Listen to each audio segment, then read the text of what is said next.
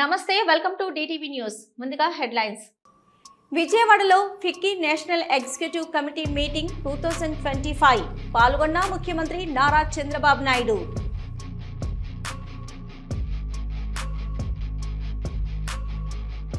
పోలవరానికి పర్మిషన్లు అన్ని తెచ్చింది వైఎస్ఆర్, బిల్డప్ ఇస్తుంది చంద్రబాబు.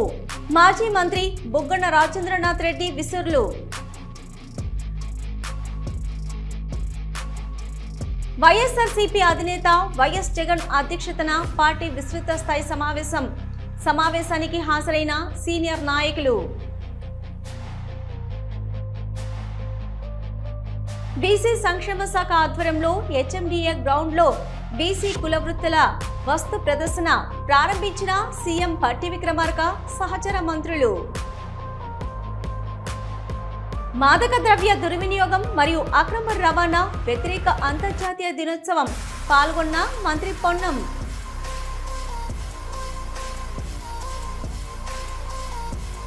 సీఎం రేవంత్ రెడ్డికి తెలంగాణ జాగృతి అధ్యక్షురాలు ఎమ్మెల్సీ కవిత సవాల్. అసెంబ్లీ సమావేశాలు పెట్టి 6 గ్యారెంటీల అమలు, మహిళలకు కాంగ్రెస్ చేసిన మోసంపై చర్చిద్దాం. విజయవాడలో FICCI national executive committee meeting 2025లో పాల్గొన్నారు ముఖ్యమంత్రి నారా చంద్రబాబు నాయుడు.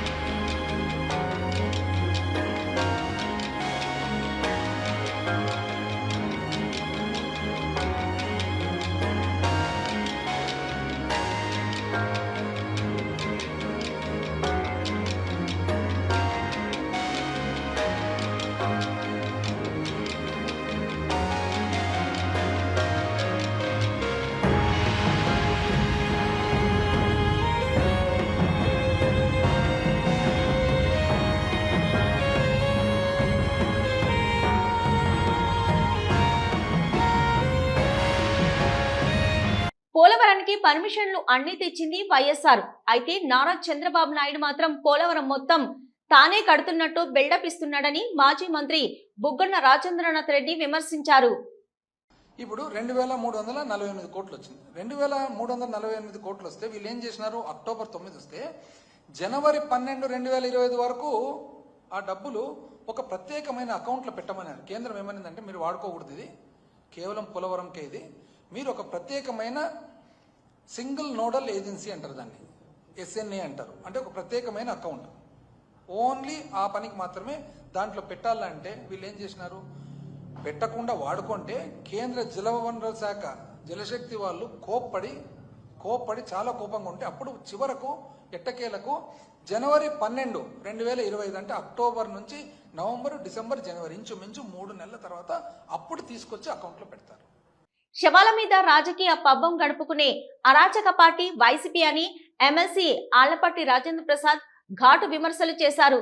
మానవత్వానికి అర్థం తెలియని వ్యక్తిగా వైఎస్ జగన్ పై విమర్శలు చేశారు ఆయన.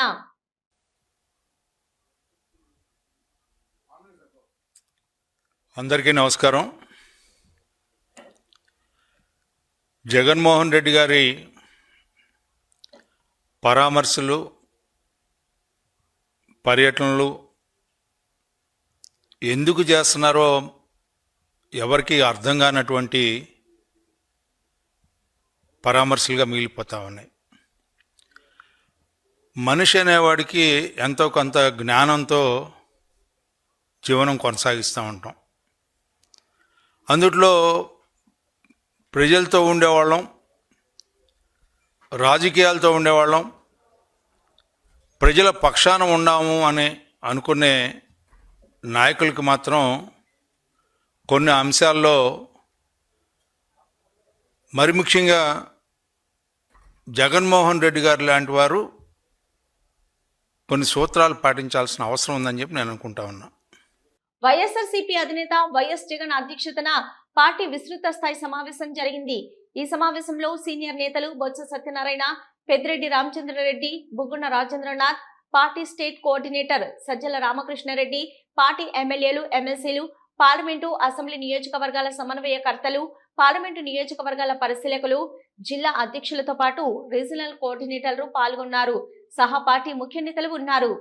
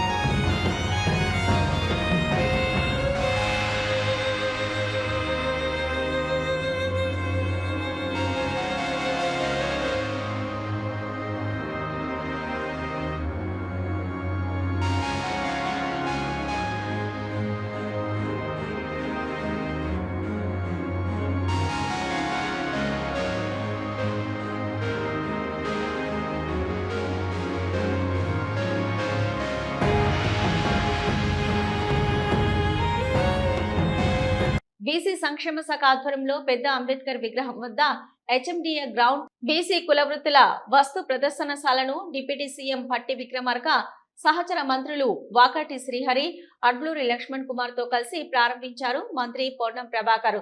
చేతి వృత్తులు, వాటి ఉపయోగాలు, మట్టి కుండలు, కప్స్, బాటిల్స్, మెదర్ బుట్టలు, చేనేత వస్త్రాలు, పూసల వస్తువులు, రాగి పాత్రలు, ఐరన్ గొడ్డళ్లు, కత్తులు తదితర స్టాళ్లను పరిశీలించి వాటి గురించి అడిగి తెలుసుకున్నారు మంత్రులు. జలవిహార్లో మాదక ద్రవ్య దుర్వినియోగం మరియు అక్రమ రవాణాకు వ్యతిరేక అంతర్జాతీయ దినోత్సవం సందర్భంగా ప్రత్యేక కార్యక్రమం నిర్వహించారు.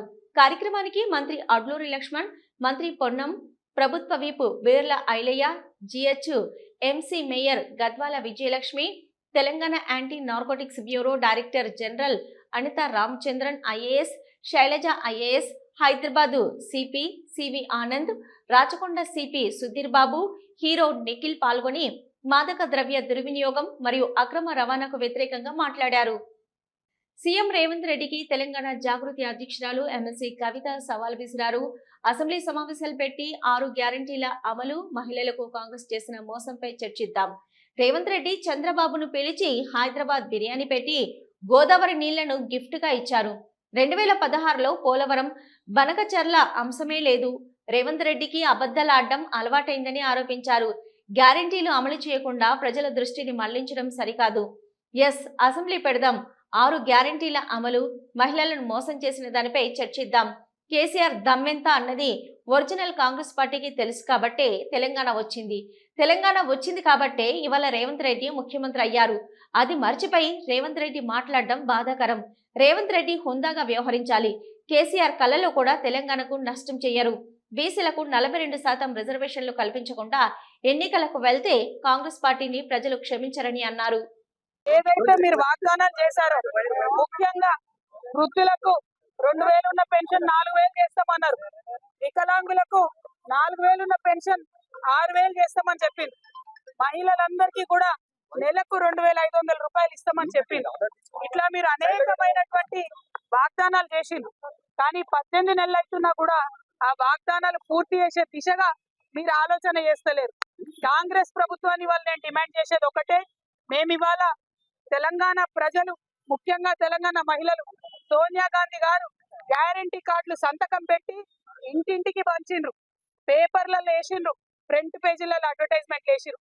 అవి చూసి సోనియా గాంధీ గారి ముఖం చూసి నమ్మి కాంగ్రెస్ కి అధికారం ఇస్తే మరి మీకు ఓటేసినటువంటి మహిళలను మీరు మోసం చేసి, మీకు ఓటేసినటువంటి వృద్ధులను మీరు మోసం చేసి, మీకు ఓటు వేసినటువంటి వికలాంగులను మీరు మోసం చేసి, అందుకే ఇవాళ మేము వేల సంఖ్యలో పోస్ట్ కార్డులు తీసుకొని సోనియా గాంధీ గారికి మరి మేము పంపించడం జరుగుతూ ఉన్నది. దీంట్లో మేము ఒకటే రాసినాం, అమ్మ సోనియమ్మ, మీరు మీ రేవంత్ రెడ్డి గారిని, మీ ముఖ్యమంత్రిని ఆదేశించండి, తక్షణమే మాకు పెన్షన్లు ఇప్పించండి అని చెప్పి సోనియా గాంధీ గారికి రిక్వెస్ట్ చేసినాం. బీసీ రిజర్వేషన్లకు 42% చట్టబద్ధత కల్పించి తర్వాతనే స్థానిక సంస్థల ఎన్నికలు నిర్వహించాలని మాజీ మంత్రి తలసాని శ్రీనివాస్ యాదవ్ డిమాండ్ చేశారు. సనత్ నగర్ నియోజకవర్గం బండిమఠ్ ప్రాంతంలో నేడు ఎమ్మెల్యే తలసాని శ్రీనివాస్ యాదవ్ అధికారులు, బీఆర్ఎస్ నాయకులతో కలిసి బస్తీ పర్యటన చేశారు. స్థానిక సమస్యలు తెలుసుకొని వెంటనే పరిష్కరించాలని అధికారులను ఆదేశించారు. ఈ సందర్భంగా ఆయన మాట్లాడుతూ అసెంబ్లీలో బిల్లు ఆమోదించి చేతులు దులుపుకోవడం కాదు, కులగణన తర్వాత బీసీ రిజర్వేషన్ అమలు అవుతుందనే నమ్మకంతో ప్రజలు ఉన్నారని తెలిపారు. పార్టీల పరంగా రిజర్వేషన్ ఇస్తామంటే ఊరుకోవడానికి మేము అడుక్కు తినేవారమేం కాదని ఘాటుగా విమర్శించారు. పార్లమెంటులో ప్రవేశపెట్టి అన్ని విధాలుగా చట్టబద్ధత కల్పించిన తర్వాతనే ఎన్నికలపై మీ చిత్తశుద్ధి నిరూపించుకోవాలని ప్రభుత్వానికి విజ్ఞప్తి చేశారు.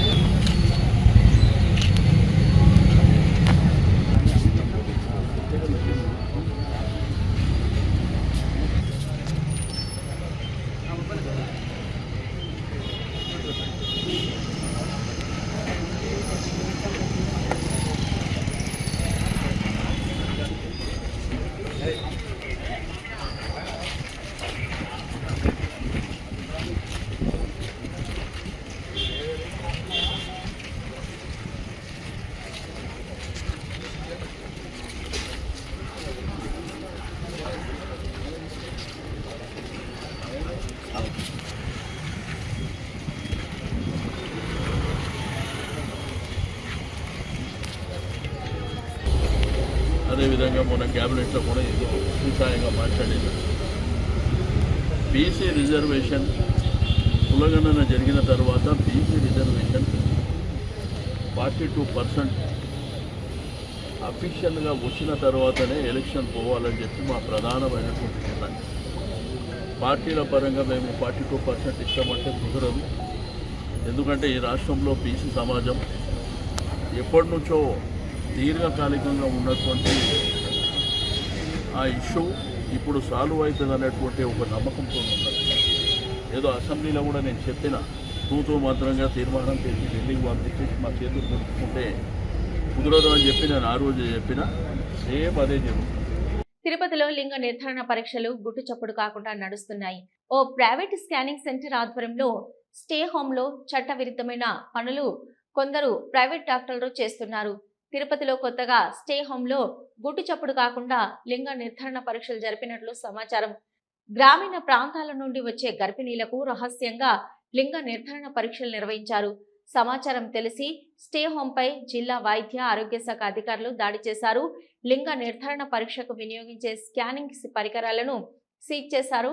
నిర్వాహకులను, ప్రైవేట్ ఆసుపత్రి సిబ్బందిపై పోలీసులు కేసు నమోదు చేసి అదుపులోకి తీసుకుని విచారిస్తున్నారు. తిరుపతిలోని స్కానింగ్ సెంటర్లపై జిల్లా వైద్య ఆరోగ్య శాఖ అధికారులు ప్రత్యేక నిఘా ఉంచారు. మేము ఒక స్కానింగ్ సెంటర్స్ మీద ఒక నిఘా పెట్టడం జరిగింది. కొంత సమాచారం మేరకు చిత్తూరు డిస్ట్రిక్ట్ నుంచి కొంత ఇన్ఫర్మేషన్ రావడంతో డిఎంహెచ్ఓ సారు మమ్మల్ని ఒక ఆపరేషన్ స్కానింగ్ సెంటర్లో కొంతమంది పీసీఎన్డీటీ యాక్ట్ మీద ఇల్లీగల్ యాక్టివిటీస్ చేస్తున్నారు, దీని మీద మీరు పోయి రైడ్ చేయమని మాకు ఆదేశించడం జరిగింది. మా టీము ప్లస్ చిత్తూరులో కొంతమంది వాలంటీర్ సహాయంతో ఈ యొక్క స్కానింగ్ సెంటర్ల మీద నిఘా పెట్టడం జరిగింది. ఉదయం 10:30 నుంచి స్టార్ట్ చేశాము.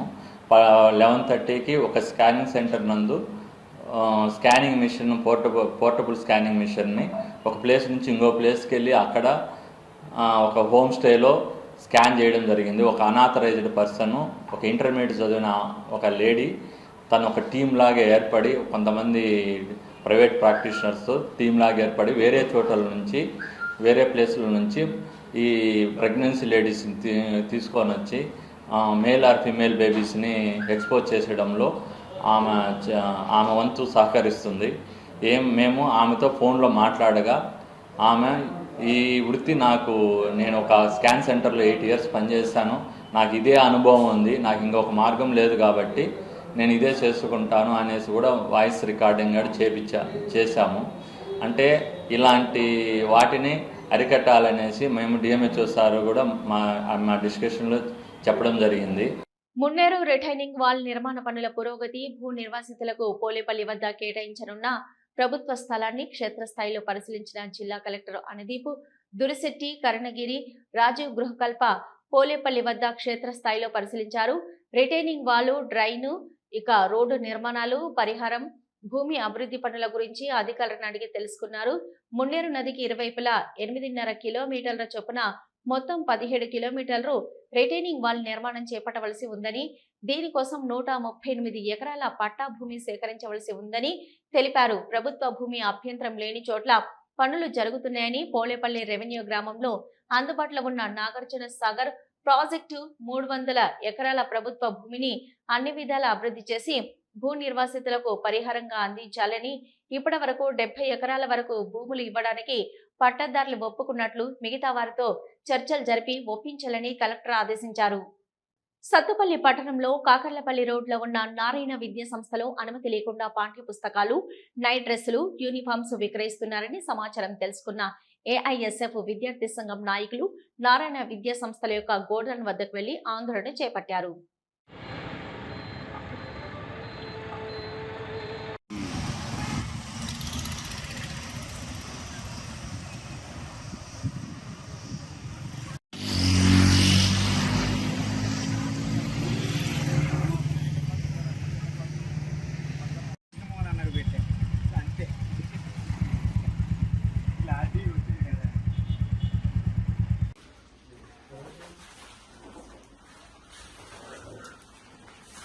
వీటి మీద ఒక ఎంఆర్పి కూడా ఉంటుంది సార్. వీళ్ళమ్మే బుక్స్ ఒక బార్ కోడ్ కానీ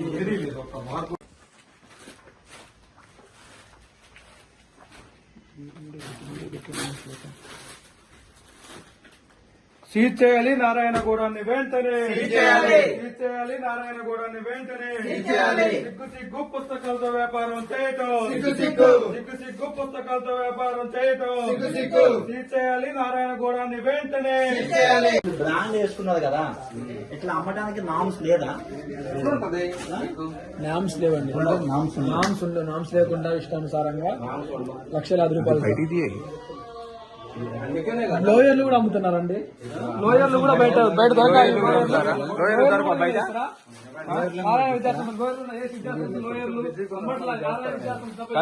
లోయర్లు కూడా బట్టల షాప్, బట్టల వ్యాపారం చేస్తున్నారు. కాలేజ్ ప్రింట్, స్కూల్ ప్రింట్ బాగా ఇస్తుంది అని చెప్పి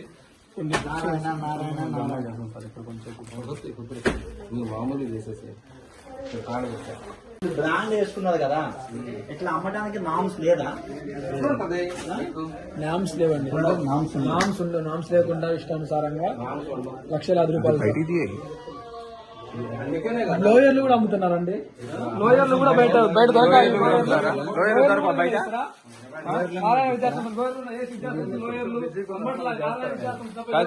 లోయర్లు కూడా బట్టల షాప్, బట్టల వ్యాపారం. మచిలీపట్నం పర్యటనకు వెళ్తున్న నారా లోకేష్ నిమ్మకూరులో ఎమ్మెల్యేలు వెనిగండ్ల రాము, వర్ల కుమార్ రాజా, తెలుగు తమ్ముళ్లు ఘన స్వాగతం పలికారు. ఎన్టీఆర్ స్వగృహం నిమ్మకూరులో ఎమ్మెల్యే వర్ల కుమార్ రాజాతో కలిసి పుష్పగుచ్చాలు అందిస్తూ లోకేష్ కు ఎమ్మెల్యే రాము స్వాగతం పలికారు. గజమాలలతో సత్కరించారు. నిమ్మకూరు ఆడపడుచులు మంగళ హారతులిచ్చారు. అందరూ బాగున్నారంటూ నిమ్మకూరు గ్రామస్తులు టీడీపీ శ్రేణులను లోకేష్ కుశల ప్రశ్నలు అడిగారు. చెయ్యి పట్టుకుంటూ భుజం తడుతూ ఎమ్మెల్యే రాము, కుమార్ రాజా నిమ్మకూరు గ్రామస్తులను ఆత్మీయంగా పలకరించారు. లోకేష్ వెంట ర్యాలీగా మచిలీపట్నం ఎమ్మెల్యేలు, తెలుగు తమ్ముళ్లు తరలి వెళ్లారు. నిన్న సీఎం నిర్వహించిన రైతు భరోసా కార్యక్రమంపై ప్రెస్ మీట్ నిర్వహించిన వికారాబాద్ మాజీ ఎమ్మెల్యే, బీఆర్ఎస్ పార్టీ జిల్లా అధ్యక్షులు డాక్టర్ మెతుకు ఆనంద్ పాల్గొన్న ముఖ్య నాయకులు. మీ పార్టీ వాళ్ళే చెప్తున్నారు మీటింగ్లలో, రైతు భరోసా ఎగ్గొట్టి కాంగ్రెస్ గవర్నమెంట్ అని చెప్పి చర్చ నడుస్తుంది. ఇక రుణమాఫీ నీవు ఎంతో ధనంగా రుణమాఫీ చేస్తూ మొత్తం తెలుసు. ఇది కేసీఆర్ గారు, కేటీఆర్ గారు చెప్పిరి, హరీష్ రావు గారు చెప్పిరి, మా లీడర్ చాలా మంది చెప్పిరి. ఏ గ్రామానికి పోదామప్పా? మీ సొంత ఊరు కొండారెడ్డిపల్లి పోదామా? మీ సొంత నియోజకవర్గము కొడంగల్ పోదామా? ఒక గ్రామం తీసుకొని 100% రుణమాఫీ అయ్యిందని చెప్పి నిరూపిస్తే మేము రాజకీయ సన్యాసం తీసుకుంటామని చెప్పి మా నాయకులు అందరూ చెప్పారు. తిరుమల శ్రీవారిని బుధవారం ఉదయం వీఐపీ బ్రేక్ సమయంలో పలువురు ప్రముఖులు దర్శించుకున్నారు. వైసీపీ ఎమ్మెల్సీ దువ్వాడ శ్రీనివాస్, దివ్యల మాధురి కలిసి దర్శనం చేసుకున్నారు. పలమనేరు ఎమ్మెల్యే అమర్నాథ్ రెడ్డి కుటుంబ సమేతంగా దర్శించుకున్నారు. వారికి వేరువేరుగా స్వామివారి దర్శనం అనంతరం రంగనాయకుల మండపంలో అర్చకులు వేద ఆశీర్వచనం అందించారు. టీటీడీ అధికారులు స్వామివారి తీర్థ ప్రసాదాలు అందజేశారు. ఇవి ఇప్పటివరకున్న DTV న్యూస్. నమస్తే.